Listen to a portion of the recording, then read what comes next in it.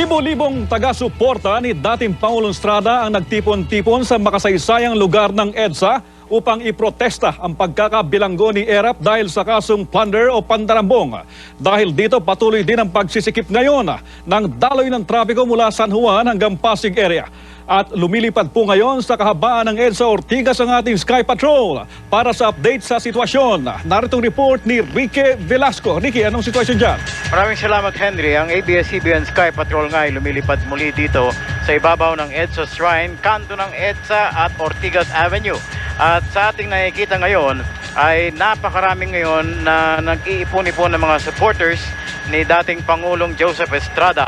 Sa mga sandaling ito, Henry, ay talagang apektado ng matinding traffic ngayon ang kahabaan ng EDSA, lalong-lalo na yung mga nagmumula sa may bandang Makati. Sa northbound lane ay pawang umuusad ng napakabagal at mistulang parking lot na nga ang nangyari dito dahil inukupahan na ng mga supporters itong mismong flyover na dumadaan dito sa tapat ng EDSA Shrine at hindi na makalusot.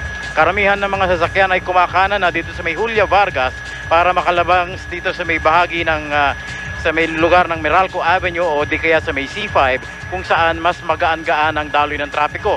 Sa mga sandaling ito, yung patungong Green Hills din ay medyo may kabigatan.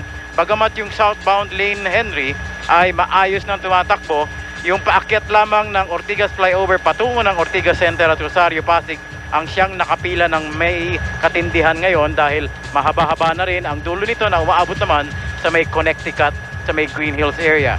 Pwede tayo mag-alternate route pa rin dito sa may bahagi ng 9 de Febrero sa mga nagmumula ng Makati area na lulusot ng Wilson patungo naman dito sa may San Juan at Quezon City side. So mula dito sa ABS-CBN Sky Patrol Chopper, kasama pa rin si Captain Romel Ignacio para sa TV Patrol. Ricky Velasco, ABS-CBN News.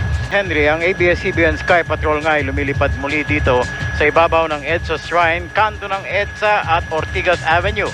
At sa ating nakikita ngayon,